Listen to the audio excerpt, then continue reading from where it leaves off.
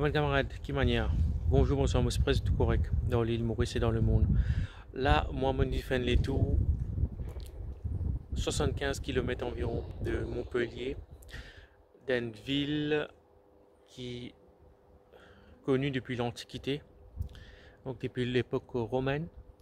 Peut-être, voilà, vous des entendre parler de gladiateurs, d'une arène, etc. Donc là, moi, dans la ville là, une ville très connue en France.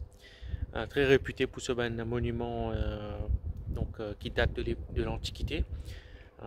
Voilà. À Hall.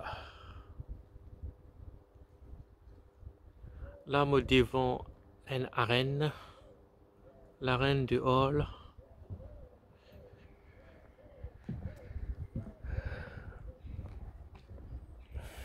Et que vous pensez, c'est encore fait corrida ici.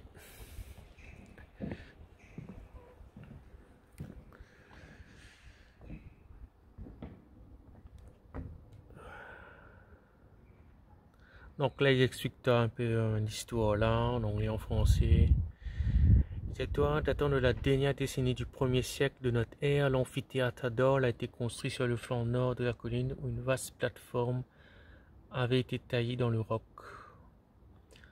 136 mètres de long, 107 mètres de large. Il occupe le 20e rang parmi les arènes du monde. Bon ben, te rends pas compte, il y a encore 19 arènes plus grandes que ça, qui datent de l'Empire romain. Surtout en Afrique du Nord, en Italie bien sûr.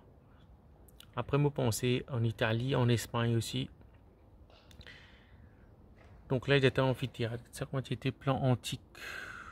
L'amphithéâtre comportait 4 entrées principales au nord, au sud, à l'est, à l'ouest et à l'est. Les combats des gladiateurs sont la forme de spectacle le mieux connue en raison de nombreux textes littéraires.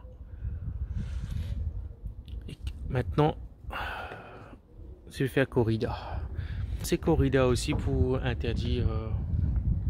Il y en a beaucoup de pétitions en ce moment pour interdire la corrida. Donc, nous va arrêter. Et là, ouais, nous assez tôt le matin, nous 8h là.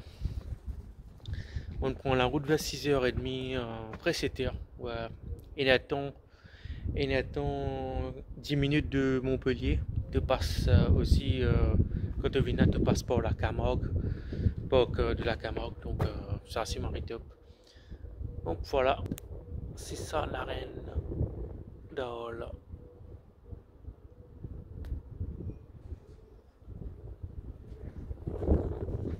Tout un très bon dimanche.